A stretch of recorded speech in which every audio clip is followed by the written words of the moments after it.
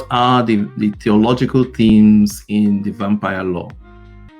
Yeah, so I think that if you're looking at vampire lore in general, a lot of the historical view of vampires has it kind of built in already, that a lot of people thought of vampires as someone who was an evil spirit coming back from the dead and possessing a dead body and feeding on other people, or a demon possessing a dead body and kind of reanimating and feeding on others.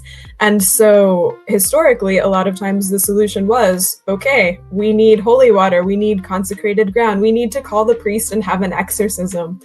And you see that in different older vampire stories, like Dracula is one of my favorite examples, the original Bram Stoker novel, where the Eucharist is actually very instrumental in Dracula's downfall. And crucifixes, for example, are something that is real protection against the evil that is a vampire, because it's considered to be a diabolical evil, a demonic evil. And so God is the remedy for that supernatural evil. You need a supernatural good to overcome the supernatural evil.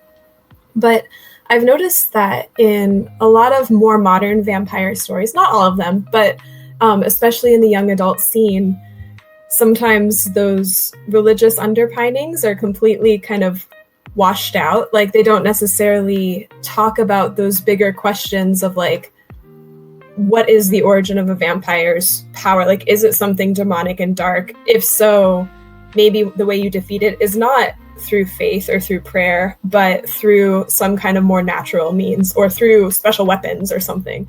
And a lot of times that bigger question of like, what happens to vampires' souls, or what are our souls at stake when vampires are around? Those metaphysical questions and faith-related questions often get glossed over or not really brought up at all. But to me, that's like the essence of really where the original vampire stories were. And so in the way that I talked about vampires in my stories, I really wanted that lens of faith to not be lost. And I didn't follow all of the traditional lore. Like, in my story, vampires are not like reanimated corpses possessed by demons.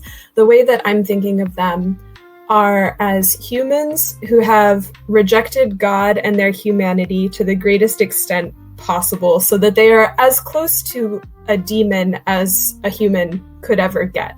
Like, rejecting God to that extent, and everything about what it means to be human, to live and to love. And that's what makes you undead. It's a choice. It's not something that can be done to you by accident or without your knowledge. It is a process and a choice to